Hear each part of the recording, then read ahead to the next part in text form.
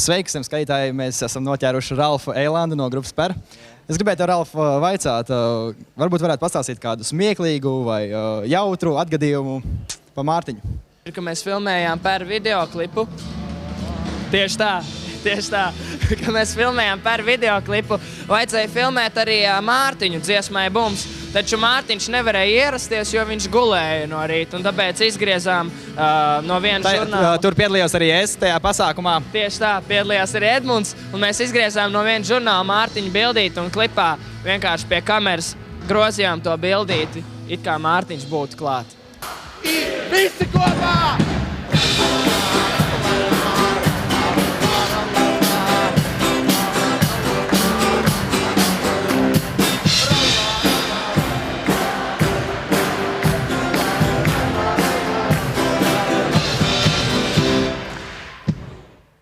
Es biju vecāķos pa visu savu dārzu, izlicis kādu 25 metru garu plēvi, nolēju viņu ar ūdeni un šļūkājos. Ieskrienos riktīgi, uzlecu uz vēdera virsū tās plēves un nošļūs līdz otram sēdas pusē. Un atbrauc Lauris ar Mārtiņu. Mārtiņam, protams, vajag izmēģināt. Un es saku, bet tur bišķi vajag iepriekš patrenēties. Nē, viņš jau Reinikam teica, ka vecīt, skaties, kāda darās. Jo Lauris arī gribēja. Un tad Mārtiņš uzvilka peltšortus, ieskrējās no pašas sēdes galas, kur parasti nevajag ieskrēties, bet lai jau ieskrēnās. Nenormālā ātrumā viņš skrēja, un tajā brīdī, kad sākās tā plēve, viņš neskapēc apstājās un vienkārši nokrīt šlagbaumiski uz vēdera, uz ribām, uz tās nabaga plēves. Un tad atskanēja šausmīgi žēls vaidiens un izrādās, ka viņš bija salauzis ribu. Bet to viņš, protams, saprata pēc pāris nedēļām, jo viņš jau pie ārstiem neiet. Un tā, man liekas, bija pirmā reize, kad kopš tās reizes ik pa nedēļai varēja viņam zvanīt. Un viņš, starp citu, es esmu salauzis to.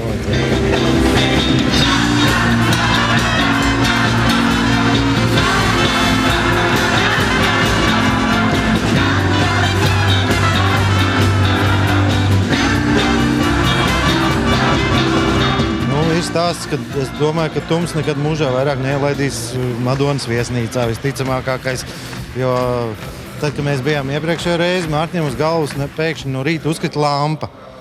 Un nākamreiz, kad mēs braucam, viņam kā kompensācija iedeva jaunlaulāto numuriņu, kurā bija mazs džekūzīts. Protams, ansamblis pēc koncerta izlēma, ka džekūzis, tas jau nav labi, ka tā vienam. Tomēr mēs esam kolektīvs, un ja kolektīvs, tad ir visiem. Mēs visi tur bijām tajā džekūzī iekšā. Mazā džekūzī 7 veči. Un neviens meitenes? Nē, neviens meitenes. Kaut gan Mačs pēc tam teica, viņš teica, ziniet, čaļi, viss baigi labi, bet es nākamā dienā to džekūzi berzu, jo tur izties, ka tur 10 netīri suņi būtu mazgājušies.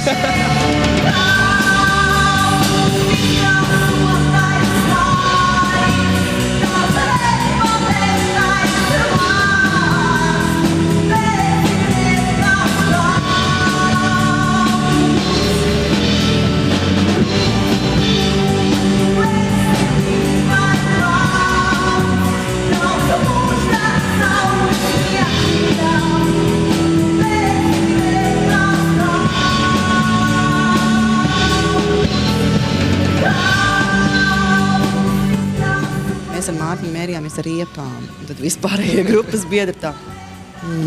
Prāts, kā tā var? Labi, varbūt vēl Freimans, bet kā es to varu? Tā pavelku uz augšu jāciņu, šitā, un tad tā, kurām lielāka? Jo, es toreiz nebiju tā, teiksim, tik slaida kā šobrīd, bet biju tādā, kā pats smējos, mazliet apaļīga ar elipsē seju. Ja? Tā. Tad arī bija ar ko mērīties. Viņas strīds un viņas sirds, drīz no bailēm pieskarties, mīlīties pamosties. Bet rīt tu atkal uztīsies padusē un būsi man vienīgā pasaulē. Ziniet, lai trusis būtu laimīgs, vismaz reizi nedēļā ir jāpīpē. Atnāk pārīt, katrs ar savu laptopu. Un stundu vispār nesarunāja. Tur taču ir par ko rakstīt, ne?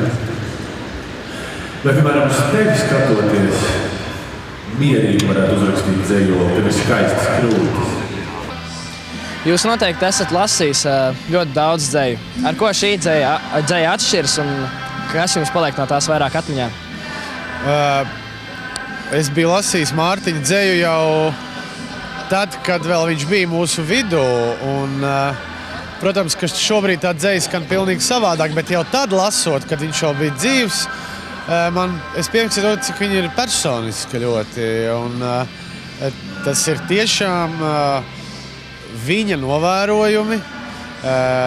Es šeit nerunāju par dzejas kvalitāti, teiksim, kur viņš būtu jāierindo starp kaut kādiem profesionāliem dzejniekiem, bet Mārtiņa dzeja nopērk ar to personisko vērojumu. Un to nevar nepamanīt, un tas uzrunā. Viņa dzeju lasīt ir ļoti viegli, un tas tēls ir ārkārtīgi skaidrs un vienkāršs. Dzējnieks Lēnija Mēnesis noguris no pasaules sāpēm.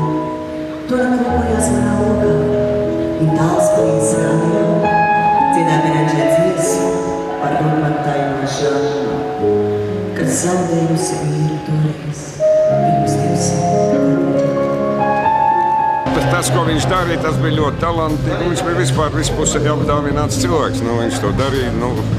Man liekas, ka viņš atdeva uz skatuves arī mani, ka viņš to dara no sirds. Ja, un varbūt tā arī tā lielākā vērtība. Ja. Es arī šeit tāpēc esmu, jo vienkārši izrādīt savu cieņu pret viņu kā mūziķi. Tas pārējais, tas man varbūt nav pirmā vietā.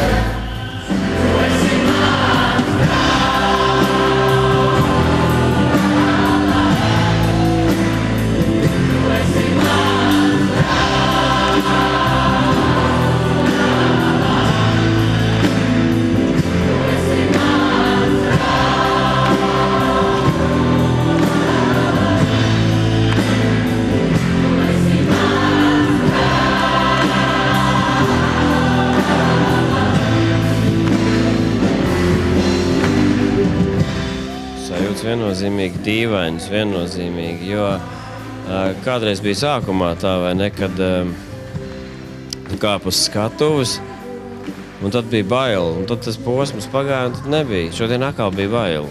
Sākumā varbūt bija tā dziesmas, ir jānospēlē, jāparāda ir to, kad, jāparāda ir Mārtiņam, ka mēs varam viņus nospēlēt. Bet beigās, man liekas, tā vienotība saplūda vispār visumā, ar visiem un visiem kā visiem. Es nezinu, kur vēl pateikt vārdu visi. Vienam posmam ir pielikts punkts un... Nē, daudz punkts. Principā, jā, komats, punkts, daudz punkts. Kaut kāda pieturzīme ir. Vai daudz, pie tā arī paliekam? Jā, pie tā arī paliekam.